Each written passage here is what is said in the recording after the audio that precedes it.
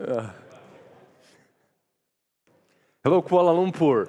Welcome back to another OG Monkey Business Show. I hope you enjoyed the Grand Finals day. We have some really amazing guests today with us to introduce Purge and Seb. How you guys doing? Doing good. Doing good. The games were very good. Yeah. It was fun to watch. Looked like it was going to be very one-sided, like halfway through game 3. I was kind of like, oh, that's unfortunate, but turned back around. Yeah, it's really good games. What about you? Have you been to the venue? No, I didn't get a chance to go actually this time around, but I saw shots of it and stuff. It looked amazing. It looked super packed. So I think the atmosphere must have been really good there. Yeah, same situation for me. Like when I just look at the hub here, like the OG, how many people showed up, like how incredible the energy is and everything. I can't imagine how Must it have was. been crazy. Must have been crazy. And I mean, I've got nothing against Gaming Gladiator, but I'm not unhappy that they didn't win this one. I think it was about time, to let somebody else taste, victory. And I think it's particularly cool that it goes to China. It's been a while. Yeah. I was actually at a weird point where I was sick of them winning for a while, but it had been so many times now that I was like ready for it to keep going. Just like, so what's going how on? long is it actually going to keep going for? Because it is an amazing accomplishment. Yeah. Is it that like denial stage, then acceptance stage? Is that what it is? Yeah, something in there was like, I actually want to see how many times they're going to win tournaments. I mean, still top 2 is amazing. They were like 1 or 2 team fights away from just winning. So it's, but still, really good accomplishment for Azure, right? I think I'm definitely a fan of them now for sure. XM is a shit talker. I was into that because I feel like sometimes the Chinese players are a little conservative with their words. So that was cool. I feel like the fight was going ham. Like he was like aggressively tipping non-stop. Like as soon as they started winning, I'm like, you better win now, bro, because holy, like you're actually going ham on them. But they won, so he got away with murder. I think. I know you're a fan of the tipping play style. Yeah. I'm sure you like them too. I like it, but it's I don't know. Maybe that's not true because Emo also like trash talked pretty well, but I think usually I don't know why I feel like from Chinese teams you don't usually see it as much. Like they're maybe a little bit less aggressive, like in ultra and stuff. But that guy, he is complete savage. Yeah. Did you catch the 2-team talk back and forth interview thing? So I don't know. It was like an idea that brewed a little bit in the group stage, and they were like, well, let's put like a player and a player next to each other. Like on the same couch. Yeah, or in the same, like right before they walk in and try to get them to talk shit to each other. And it didn't work every time. When it was Liquid versus Gladiators, or no, it was like Bet Boom versus like, they were like, nice Santa hats. Nice Santa It wasn't hat. good. Yeah. Nice what? Nice centaur? Santa hats. Santa hats. It was like not even good, but the Chinese teams were like ready to say some shit. There was some good banter, and I feel like that's what led them to being more vocal in game because it's like they had good-natured shit talk 2 feet away from them with translators. So it kind of like encouraged like an icebreaker kind of thing. Yeah, because now it's like, okay, we're having fun talking shit. It's not like you're in a game in the zone and all of a sudden he tips you in a crucial match. I feel like honestly, I would love to see more of that. Like I remember you having some Twitter fights, engagements, whatnot. It never led to anything serious in real life, as it shouldn't. But I really think that we should see more of that from players. Like it makes them more human, right? Like I think so. I think it's good content, and as much as I got flamed for it, and our PPD got so much flack, and so some other players, I'm sure people kind of miss it because the spice before the games, it's kind of cool. Like everybody was looking up for like Ramses Quinn that happened at TI. I mean, everybody was watching that. I was watching that. I don't know, like OG, EG, despite whatever you might think, like it just brought more hype to the game. And I think the storylines at the end of the day are what, bring value to the games much because we get the same matchups over and over again, but actually the storylines behind are never the same.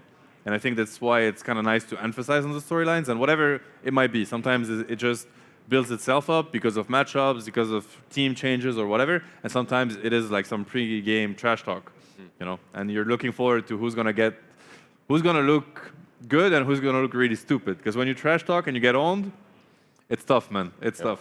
Do you think that people are maybe afraid of, I don't know, just Reddit talking shit over them if they talk badly to another player, like the pro players that is, or?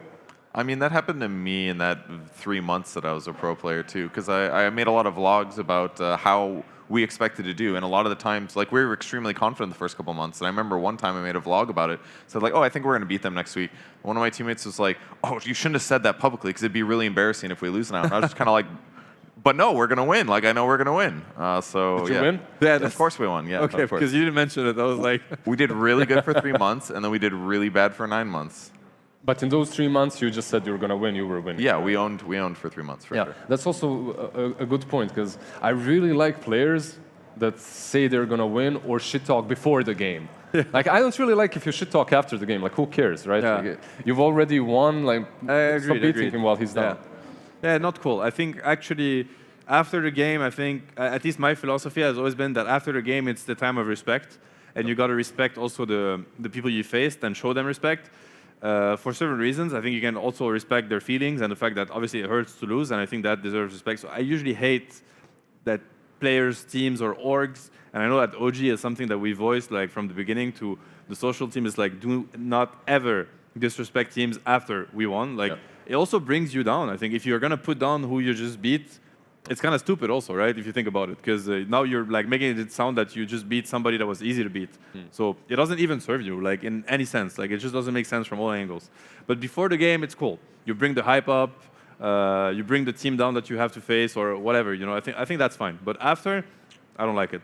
Sportsmanship only. What about like talking shit and the level of disrespectful, I guess? Because it seemed good-natured this tournament to me because they were next to each other in person and they were encouraged by like a third party.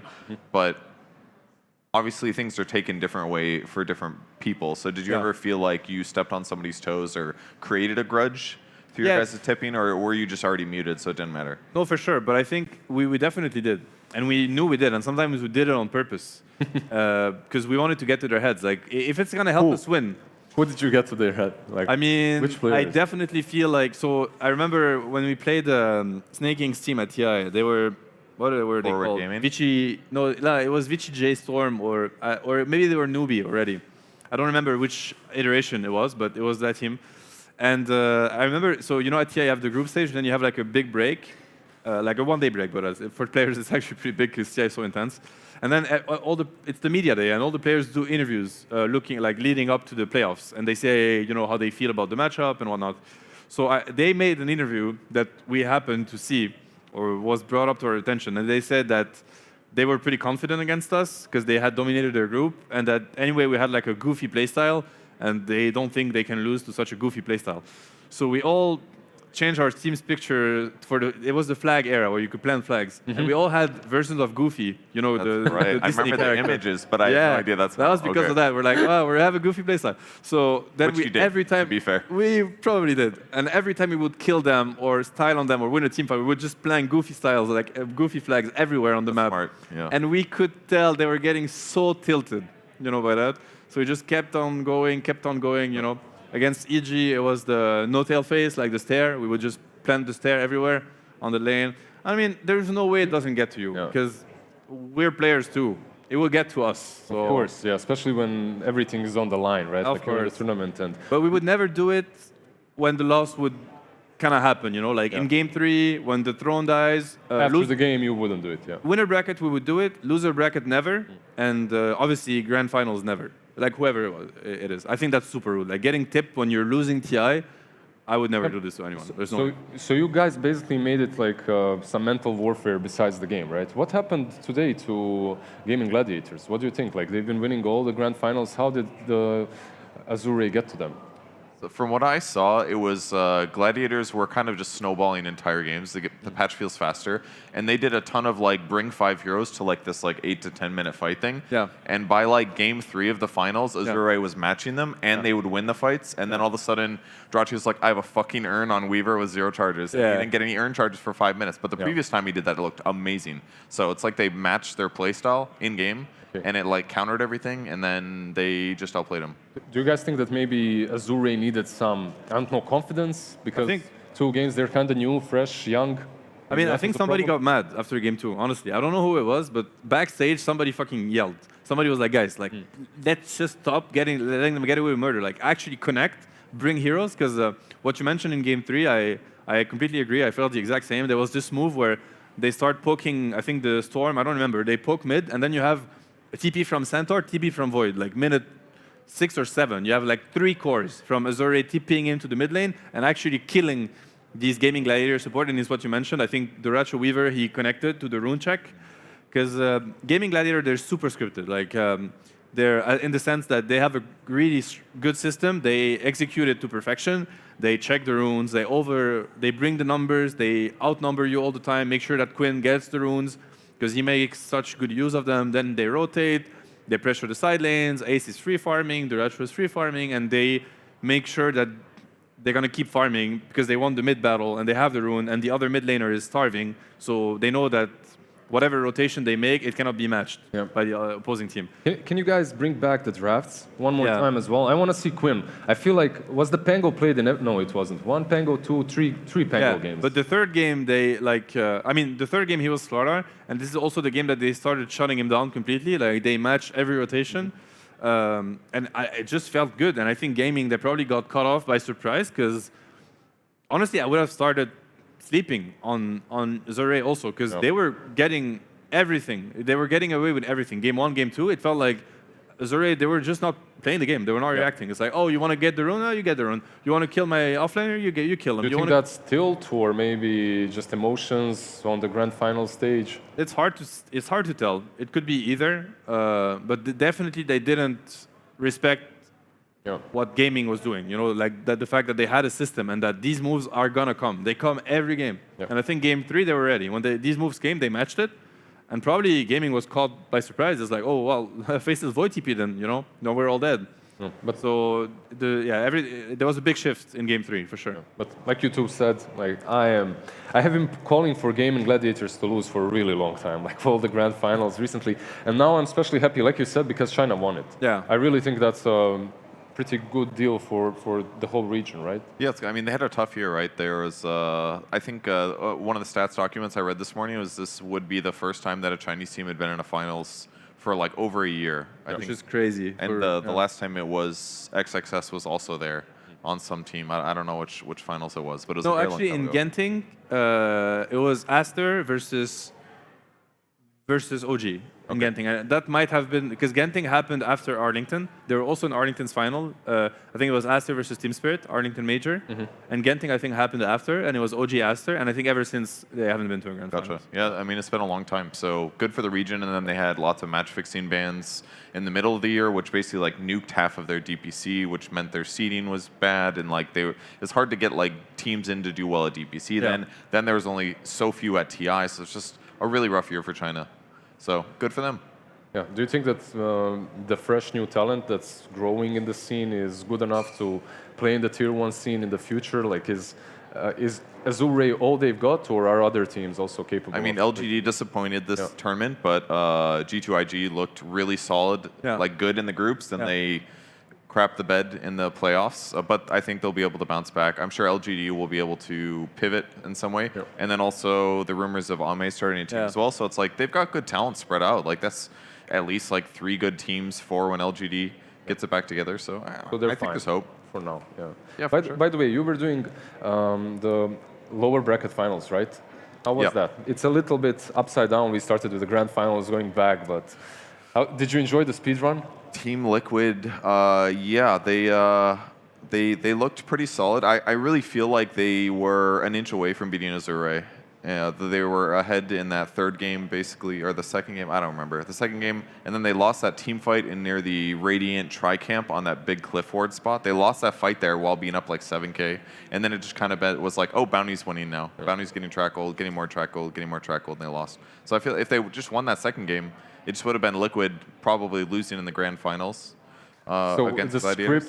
The script is over finally. I mean, it was so close. It was like one lost team fight difference. That was like the momentum shift for Azure was winning that fight, it feels like. I mean, let's be honest. Liquid had 2 ways to stop the script. It's getting to the finals and beating Gladiator. That's a tough one. Or just losing in the lower bracket finals. Which one do you think is more likely? I mean, they got the job done. They stopped the script. As they promised they would, they did. They didn't get to the final. They didn't say how they were going to do it, but they did it. So, but honestly, like they should have won game 2 for sure. Like they were on their way to winning it, and I think they had it. So game 3 is a different story. I think it looked like a loss pretty early in the game, but game 2 definitely they had it. I think they're popping off, and this bounty was everything but convincing. I think. Yeah, I totally agree with that. In like the first 25. Yeah, it didn't look that good. I mean, he got track gold and stuff. Yeah, it just felt like he was there. It's like, yeah, he sort of did his job, but when you play bounty and your first item is like BKB, you're like, that's you know, really something's wrong. boring, not fun. I thought it was gonna be some cool meta build. Now he's just like BKB Ags, Octarine. Basically, before the Smurfs were banned, every mid game I played on my Ulterior account was Bounty Hunter mid for like a year and a half now. What's the build? My win rate is like 75-80%, by the way, on him. The build is pretty damn stupid. Like, I go mid, Phase Boot, Orb of Corrosion, Manta. That's pretty good. It's a good build. As long as you're fast enough to join every single fight, it doesn't matter. Like, I wouldn't even go Wags, right? Like, and you're probably really hard to kill because super hard because of the talent as well. Yeah, I respect that build. I respect that build. When I saw it, well, it started being picked up recently, right? It wasn't the first big bounty mid in the current patch, so. Oh, it was the first of the patch. That makes sense. Was it? Oh, you're asking me? Yeah. I think maybe in the tournament it was first, but maybe the last few weeks. Yeah, I haven't seen one before. It was surprising to me, but. By the way, did you guys see the Manta plus Shard build as well on Bounty? On Bounty? Yeah. So basically, what the Shard does is you can invis. They changed the Shard in the last patch, or what? Make an ally go invis. Your ally can go invis, right? Oh, so you're invising your Manta. You're invising your Manta, that's 200 IQ. and when the Manta hits, it actually stuns. Wow. Okay. So you can chain stun. So you can chain stun. Oh, that's pretty good. And then I guess somebody sees like an invis Manta, they go on and like you exactly all your spells. It's like old school Meepo with Manta, I would right? black hole this stuff, like for sure. yeah. It was, Miracle was his first player to start the Manta trick, where you like Manta and then you move an illusion away. Now it's like, that's also crazy with Dota, because now I play pubs and I'm playing versus like let's say a 2K rank player, which, all due respect to them, but they're not pro level. They do it. And I'm like, but you guys understand that like a year and a half ago, or maybe a little bit more, 2 years ago, there was only one player in the world capable of thinking about that and executing it. And now there's like everyone does it. Thousands of them. One of the things you have to do, Yeah. There's like, it's like one when you don't do it, you're like, are you dumb or what? Like what? There's like one key on your keyboard dedicated to that one trick that you always use it for. And it works. Yeah. I don't know if you remember, I used to spam Meepo a lot as well back I in the day. remember that. Meepo and Ants, right? Yeah. And well, like one of my first builds was always Manta. Like people would ask me, why don't you buy Blink? Don't you need any? No, just send the illusions in. Someone is gonna take the bait, right? They jump you, you just poof on them. You could poof, you still can. And like you said, they're gonna waste some spells on it, right? It's worth it. Get vision, get some spells thrown at you, but it's pretty good on him as well, right? Yeah, it is. By the way, speaking of items, are the new items fun? What do you think? Like, because I didn't even read what they do. There's 3 or 4 new ones. There's quite a few. Like Kanda or meta-wise, something. I mean, the most impactful one obviously is Shiva's. It gives you 21 armor with the stats, 8 strength. The build-up is amazing. It amplifies the magic damage you by 15%. Azure used it really well in What's the build-up, by the way? Do you know? Sorry? What's the build? What's the build-up? Well, it's a Veil of Discord first, which is a Helm of Iron Will, which works perfectly for any high HP offlane hero. It's the dream item. They buy it every single game. No one was building Veil, right? Yep, nobody built it because it was just kind of shit build-up, didn't build in anything. But now it's like a tanky offlane survivable item that transitions into an amplifier, and then they picked OD mid, all of his damage being amplified by this Shiva's Guard. That the Veil effect has always been great. I think it's just because the build-up was so bad that nobody would really buy it, and supports kind of felt bad buying it because it's only offensive. And most of the time on support, you need like a defensive item. Even if you're a Skyrat or something, it didn't. I mean, I think some were buying it. Skyrat, typically, some of them were buying it, but I think they just felt better with other items. But now the build-up is perfect. It's super nice. And it's weird because it's not necessarily coming from the hero that wants it. Yeah, exactly. It actually isn't. I mean, you could argue that Primal Beast really enjoys it. Probably Timber does. I mean, it's fine for some heroes, but I'm sure you're going to see it on heroes that don't want it. It's just a buff to the team. Centaur is the best example. He does do a lot of he doesn't damage, care about but that, he's like 100%. Not the most obvious thing. But the armor that the EHP that you're getting from armor items is like mega good. So if you're getting 20 plus armor on a Centaur, that's probably equivalent to having a heart in terms of how much you survive against physical damage. So I see you started working on your next patch. Yeah. I mean, Azurite does it for you. You just watch the games. And one of the games they had Nyx Assassin. He gets Shard. That lowers magic resistance. Puck had Grove Bow and that green axe thing that lowers magic amp or whatever. What's it called? It's like Parasma or... I think so, one of those. Yeah. But the way that magic resistance reductions work is that the more that you stack, they are amplifying each other. So, like, for example, when Pugna level 4 decrept 60% magic resistance, Old Veil was 25. If you add those together, it's 85. But the reality is that the way the math works is it's 100. So they like amplify each other. So the more of them that you stack, I'm getting better better at it is. Dota. You gotta keep going because I didn't know that. So if you watch the games, they were stacking all. I think that's why they're justifying Nyx Assassin. They're like, well, if I have easy access to all of these the amps, items that amp magic damage, then they're just including Chivas. And this it Timber just was stacks like up. he was disappearing on Timber. Like he Exactly. Was just, okay. What was the why. name of the custom game? Was it Yearbeast or something? I remember that people were using Necro and Pugna and everything, like the Crep 5 Veil, Reaper Sight. Just like abuse the magic amp. Yeah, exactly. Yeah. Just to kill it in a second. I guess that's It's a really good way to amp damage. Yeah. No. I got smarter. I like it. Are you gonna buy Veil on your position 5 now? Yeah, I mean, I don't know if I get away with it on position 5 because if you're walking around, when you have the Veil, you look good. But imagine your position 5 feeding, running around with Helm of Iron Will. That's probably a report, like unavoidable reports. Yeah, I bought Veil myself. I think the first pub I played was like a day after the patch. I bought it on Wind Ranger. I was like, this is gonna be cool. On support? No, it was mid. It was not good. And I found out after the game that you have to click it to do the Veil effect. So that was the first problem. Yeah, what do you mean? Yeah, because they changed that. It's not. I thought it was an aura, like no. that But now ceremonial robe. you also can't target it, right? You just click it around you. It's an AoE around you. Okay, So you do have to click it. Yeah. Okay. But it's one click. It used to be 2. Less effort. Oh wait, so you just click it. You just click it and it applies don't it have to around cast you. it I think on that's that's what it is now. Yeah. So. Yeah. Purge, by the way, I've been playing Arc Warden for quite some time. I have like, I don't know, 150, 200 games in the last You only couple play of months. Scum Heroes, sounds like? Sorry? You only play Scum Heroes, sounds like? Pretty much, yeah, exactly. Can you explain the hero to me? Because I still don't understand what it does. I haven't played that hero. I think, have you played Arc? He's like the most complicated hero at the moment. Arc Warden? Yeah. I mean, because he does one thing on one side, the other on the other. I didn't play much of it. I played like 1 or 2 games. Yeah. I'm like your typical Dota boomer. I'm still, to me, like Dark Willow is still kind of Still the new hero. Yeah, I feel the same. Yeah. So it's very slow. Primal Beast, Dark Willow, they're still very new to me. No. So one side you do more damage and you have less disable, and the other side you have slightly more disable and It slightly less applies damage. quicker also. Like Is that what it is? the sparks. Spark spawns like super fast on the Instant. dire Yeah, side, yeah. I think, right? Yeah. But then your Tempest Double would get the dire effects on Radiant, and on Dire your they're opposite. Tempest Double They would be switch. the Radiant. Yeah. It's way too complicated. Just like with Wraith King, stun, Spock. Exactly. Stun. One stun. Actually, we have 2 spells now on him, though. It's right? rough. Like you You can can click the ulti, dude. I'm getting headaches from playing Wraith God, King. that's right. By the way, you're still competing. So, how is it for you to practice all the new heroes? Do you still practice something like a Muerta that came out? Yeah. I mean, I do sometimes. Like the last year I practiced a lot was Chen, because I never really played Chen, and now I played like 50 or 60 games of Chen. It works. I mean, I'm very comfortable now playing it. You just got to put in the work. But it's hard because like when you're so comfortable with certain heroes, then you have to play other heroes and you get bullied and you mess up. And I think it's even harder when you know what you're supposed to do, but you just can't get it done. To me, that's like the worst. What's the problem though? As a 5, are you like missing the timings perhaps sometimes? With 5 is so hard. Like I didn't realize how hard it was. Like I felt like I even wrote Johan. I apologized, because like the first 3 minutes for 5, it's like, whew.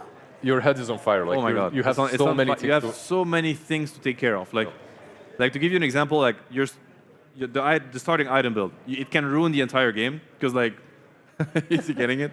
Like let's say you go to the lane, you don't have enough regen. You take a bad trade, you're out of regen.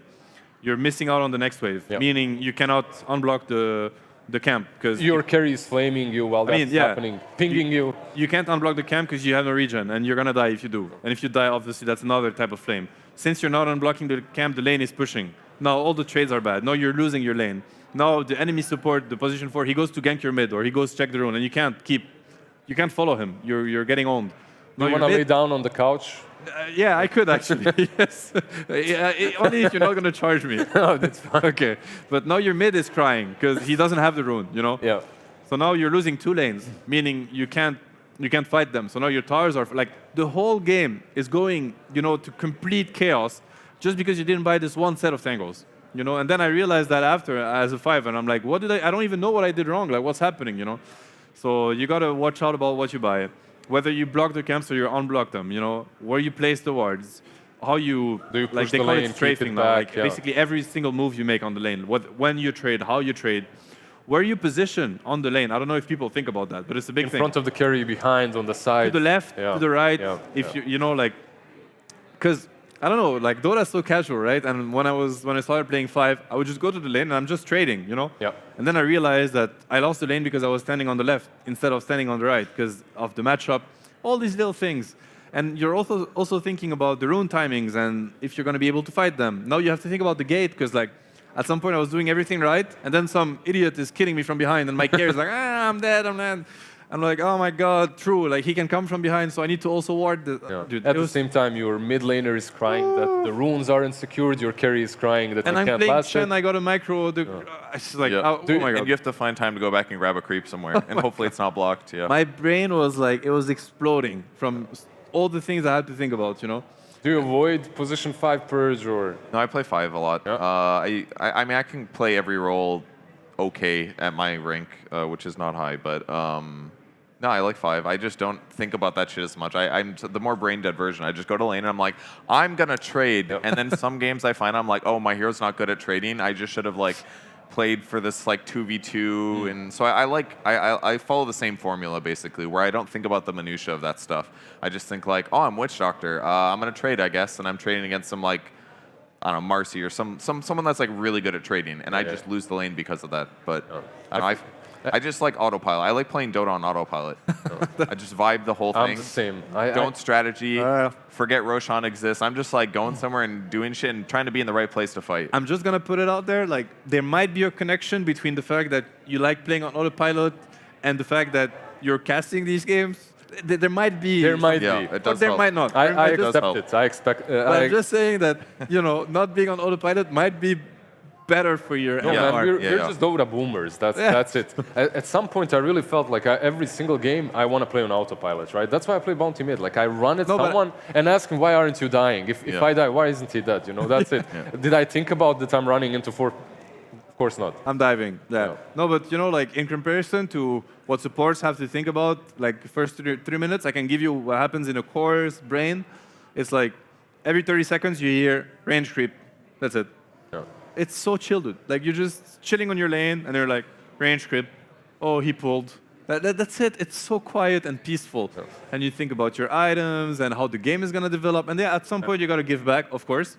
But oh my god, man! I miss playing core. I could nerd out about Dota with you two, like for I don't know. It's just the details. Like I didn't know about the stacking as well. Yeah, same shit. Do you guys know how magic resistance works? Talk about the new tier 5 neutral item. But that's not multiplying, right? Magic resistance is it's less than additive. So it's like if you stack magic resistance, You mean you get a lower amount. diminishing or something like that? Yeah, Right? yeah. I think you would say diminishing to describe how the math works, but I personally feel that's not a very accurate way to describe it. The easiest way to think about it is that if you have 25% base magic resistance, and I get another 25% magic resistance, that 75 that you were taking before, 25 of that goes away. So of the remaining damage you're taking, that's how much goes away. So if I get a tier 5 neutral item that gives me 95 magic resistance, that means that of that 75 I was originally taking, there's only 5% of that left. So it's like, it's not necessarily diminishing, but It doesn't. if they're doing all magic it's damage, it's super good. Yeah. This was for Seb, for me, and maybe like 2-3 guys here in the. Yeah, everyone else knew. Yeah. Everyone else knew, yeah. By the way, putting Dota aside a little bit, this nerd talk. Have you been enjoying Kuala Lumpur? Like the food, Yeah. everything. Yeah. We had a nice food testing yesterday that went really well. Uh-huh. Oh, dude, Slacks, you should have seen Slacks like testing the food. Oh, so you did it here? Yeah, we did it here on the show, and then you have these leaves under some of the food that they use just to like support the food. And then like as we served the food, we just looked at him and he was like eating the whole thing, like eating the leaf. We're like, what are you doing? That you're not supposed. It's like eating a plastic bag, like it's literally the same. And we're like, just stop. I'm so surprised he doesn't even eat vegetables backstage. He was going ham. But the food was really good. We tried durian. I don't know if you ever tried it. I haven't. It's the super stinky fruit that they have. Did you have the fresh stuff?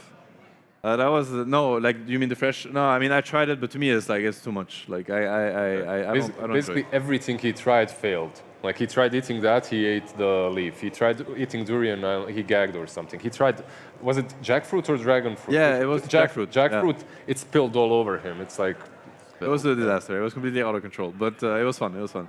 But like the food here, it was really good. I really enjoyed it. Local food was great. Yeah. It was. I ate a bunch at the buffet.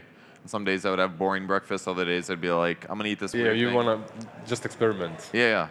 I'm super down. I did the same thing today, and I ended up having like chicken sausages and eggs. That's it. Like, maybe tomorrow. By the way, is it your first time in KL? I don't think so. I think there was an ESL tournament maybe like 6+ years ago. I went to one of the Gentings, the second Genting, I believe, maybe the third as well. I can't remember. But so I've been to Malaysia a few times, but it's been a long time. And what do you think about the crowd and everything? Has it stayed the same? Is the energy higher, lower? Energy is still excellent from what I remember. A lot of passionate Dota fans of all ages and genders. So it's a great place for Dota to be. Yeah. We feel that Dota is like it's king here. Like it's a real game. Like it's a big popular game. I love it. Yeah. Another tell of that is that at the hotel we had a talent lounge with computers, and one of the mornings I went in to play Dota, and the door opened. I looked over and it was just a hotel worker, and he was like, "Hello." He didn't speak English. He's like, "Can I watch you?" And I was like, "All right, just watch you play Dota." Really? This random guy that works at this hotel wants to watch me play pubs. That's awesome. Like, I'm like, all right, this guy definitely plays Dota. Yeah. I feel like the only place where that happened to me before was Ukraine as well. Like in the hotel people, because they just love MOBA games. Dota in particular, like they don't even care about League. I'm happy that no one here is a Mobile Legends Bang Bang fan or anything like that. No, nothing. Yeah. Nice. That's No, but I feel like it's one of these regions, right, that grew up in the, what do you call it, like internet cafe cultures, right? Yeah. They always grow, I don't know, the best talent. There's just so many emotions. Like, I think there's like one video about Jopaj, when he was Jopaj, like my idol. super young. When he was super young, that's playing. crazy. He can barely fit in the chair. He's still rocking. But you know, like for instance, my teammates, like Whisper is pretty young, and then I asked him, it's like the way he plays, like there's no way this guy doesn't have like 15 years of Dota, but at the same time he's like 20. So like I'm like, how do you fit in 15 years when you're 20? And I'm like, when did you start playing Dota? And I think he answered, I can't remember if it was 4 or 6. Yeah. So Seriously? Yeah, it's crazy, man. And I think BZM started at 6 for sure, and Whisper might have been 4. So imagine like, I mean, at the end of the day, obviously there's like a lot of talent, sure, but there's also no secret in the sense that they were almost born with Their brains were crafted to be good at play Dota, and that's why they are so incredibly good and talented. It's in they have Dota in their blood at this point, Their like, DNA. They're just programmed It to was just the same own at the today game. with Tofu, right? Like his brother, I believe it was his brother in the crowd, and they asked him like, when did he start? And he's like, he would just squeeze in every time we're on a break, and he would just play games. He like would, super young also. super young, and he'd be better than them when he was like 7 or something. I started at like 16, I think, or something. So like I feel so bad when I compare to them. It's like he started at 4, I started at 16. Of course, I stand no chance. But like Dota didn't really exist much earlier than that. I mean, there were custom there was games Dota 1, that were similar, but it was like the first versions, I guess. Yeah. When did you start playing Dota? I played a Dota-like custom. I mean, I used to play StarCraft custom games, but I played Warcraft 3 custom games a couple months here and there. Okay. And I remember playing a Dota version where you could only go to level 10. You know, like a Rubik's model in Dota 1? Okay, you could summon 2 big Wendigo dudes at 6. I don't know what version was. But I didn't know that version. I only played it for like a month maybe. And then I stopped, and then I would be like, oh, I remember that cool game. So I'd like come back to it for like a month here and there. But I started playing a lot in college. I started playing again in college, and that was kind of where I stopped. Pretty I never much dropped the it same, again. Yeah, I started a little bit with Warcraft, but Is Dota 1 still being played like anywhere? it is. It's being played? I think it's still played on. Some people still play Dota 1. Yeah, they still play Dota 1. Wow, that's I nice. feel like there are even tournaments in some countries, like in Serbia or whatever, still played, especially in SCA, I think. That's crazy. Okay, that's cool. By the way, I'm wearing this jersey. There's a new team coming up with Seb. Oh, yeah? And Slacks yesterday told me that I have to be a little bit more controversial on the panel. So, what do you think about this team? Is it gonna make it? You're free to say Are whatever they you good? think. You can say whatever. I mean, I'm a huge Whisper fan. I think almost everybody is. So him joining the team is like instantly like, okay, they're gonna do good. I think their team's really solid. I like your guys' squad a lot better than I did last year. I guess with the Whisper edition, it's just like there's so much star power. I feel like. So I don't know. Yeah, I have good hopes. I don't know if you're gonna be gaming Gladiators or anything, but. We'll try, but we're far yet. Like for now, we just need to get through qualifiers. I mean, I've counted you out before, and then you showed me up. So yeah, I always remember we did that Red Bull LAN. This is like years ago, right before you guys started. Oh, Adrenaline, it was called, right? You rejoined the team again, yeah. and they asked me like, how do you think they're gonna do? And I was like, I'm not holding my breath. Yeah. And you guys was it in Canada? No, it's the UK. It was in the UK. Oh yeah, okay. I know what you're talking about. Yeah. So maybe it'll happen. What you're saying is that you're counter cursing him now by saying that they're gonna do well. I guess so. Yeah. Yeah. It's a bad sign. Yeah, you should. You have to say the opposite. That we're hopeless and that we're washed. And look, I'm gonna be a fan. That's all that matters. Okay. I'll be happy when Whisper owns people. Whisper is he's incredible. Like I think we knew how good he was. Like we thought we knew how good he was. Like he's even better than that. Like really? He's crazy good. How do you guys manage the communication aspect? Because obviously that's the tough part. Because I mean he picks up everything. Like he understands English really well. So we don't even have to slow down or think about the words that we use. Like we can just speak freely and he understands.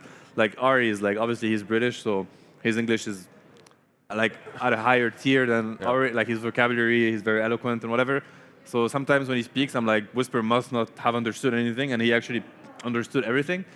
But I think he's shy. Plus he's not comfortable in English. So adding both, he's very scared sometimes to just like say what he has to say.